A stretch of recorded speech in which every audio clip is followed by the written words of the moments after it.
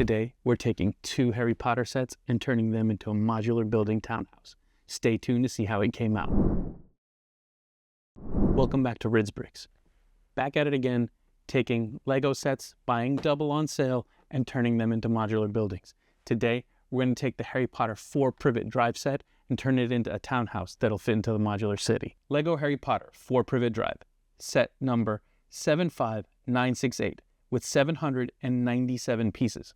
6 minifigures, a car, and 2 owls, released in June 2020, retailing for $80 in the US. I was able to pick these up for $50 each on Amazon. You might still be able to find these. I've seen them in stores and seen them online, so check your retailer. At that price, why not buy 2 and make a $100 modular building out of it? The first step in every one of my modular building builds is to build the original set.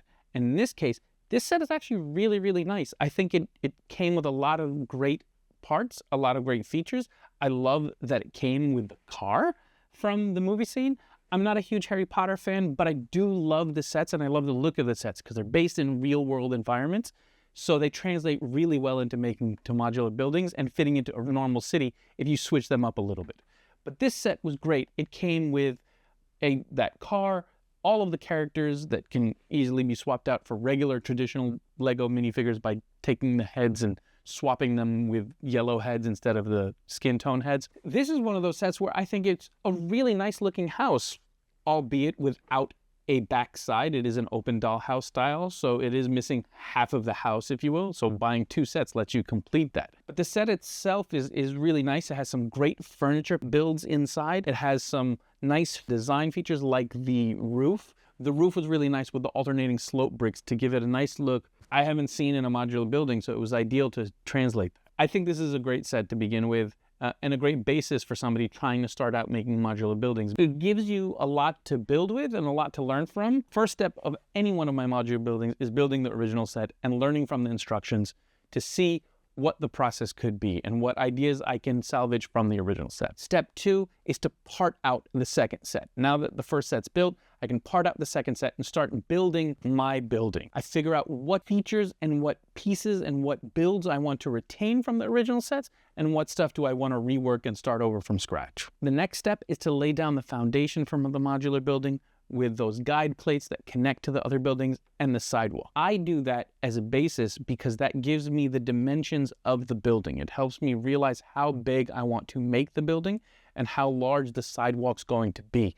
In this case, you know, having steps or awning or windows at the bottom, it helps give you an idea of the structure of the building. And once you lay that down, you can start building the first level. Once building the first level and I'm happy with the way it's looking, it allows me to then plan out my next level and the steps that take you to that next level. Laying in steps and the openings for them on the 2nd floor and 3rd floor and so on are one of the hardest and most challenging things about building modular buildings. I try to figure that out first before starting to build the next levels. Figuring out where those steps lead to and how it translates from the 1st floor to the 2nd floor is critical to make the building feel realistic and have a real flow of going from a 1st floor to the 2nd floor. And you need to do that so that you can have the opening for the 1st floor to the 2nd floor when you match the stairs up. And then finally, once the 2nd floor is built, building the roof and making sure that it seals the building off and adding the details on the outside. Once I'm happy with the exterior, I move on to the interior, plate the entire floors to give it that nice finished look, and add in the furniture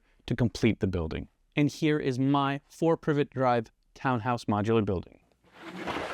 I really like the way this set came out. I think it came out really strong. I took the staircase design that was on the inside of the building and moved it to the outside, leaving those railings on the outside to have it be like a walk-up townhouse in any city. That actually left a lot of space to be able to do like a basement subfloor level underneath. Really didn't give much access to it except for the back here, a little door that kind of leads to a storage room basement of sorts. It's more of a crawl space that I know they have in some of the older houses in the United States and all around Europe. The exterior of the building maintains a lot of the details from the original set with the awning, but extending that all the way over the 1st level, changing the way the entranceway looks with the lights and framing that out, and then having the flowers underneath each of the windowsills, and then the windows extending out to the sides. I love the tree that they built on the original set, so I added it out front. Really nice way of finishing. Flowers and trees really help bring together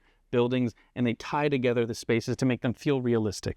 Buying both sets gave me all of the parts I needed to complete the 2 sloped roof sides and then the awning at front. I love the staggered way that the roof ended up looking, adding some skylight windows at the top and then the fireplace. This is not a huge building. It's not a tall building. This was a quick build. I did this over 2 to 3 days of just, 2 to 3 sessions, if you will. I do like build sessions in the evening after I'm done with work. I'll take like an hour or 2 and just build. So this was maybe 5 hours worth of work, maybe less.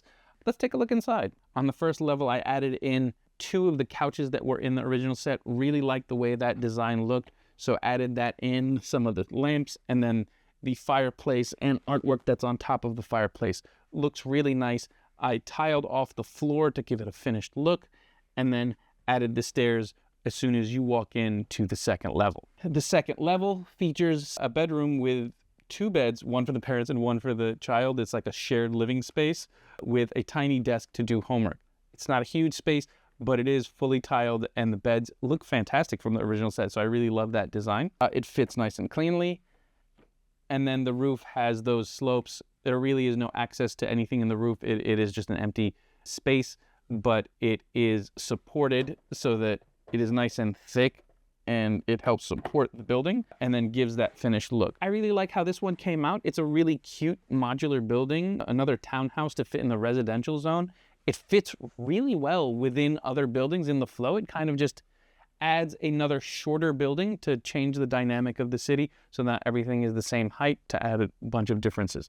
I like the way the roof and the awning came out on this, running across the entire 16 stud wide, and then adding the gutter drainage that takes it all the way down to the bottom from the original set, but it took a little bit figuring out to get it all the way down to the street level. I switched out the minifigures, keeping the outfits from the original set, the family, switching them out for traditional Lego yellow hands and yellow faces. That's something I do with the Harry Potter sets because I love the clothing that come in them. They're really exclusive prints for the clothes, so being able to make custom minifigures of sorts that use the clothing from the original sets but now are, fit within a regular city and are not flesh toned. I really like this building. It's a really cute, quick build. I think this is one that I hope people try because I think it is an easy attempt. It didn't take a whole lot of extra parts, maybe just the steps for the interior and then some of the plates to finish off the levels. A lot of what is included in the 2 sets, somebody who wants to try out modular buildings and modular townhouses and custom remakes,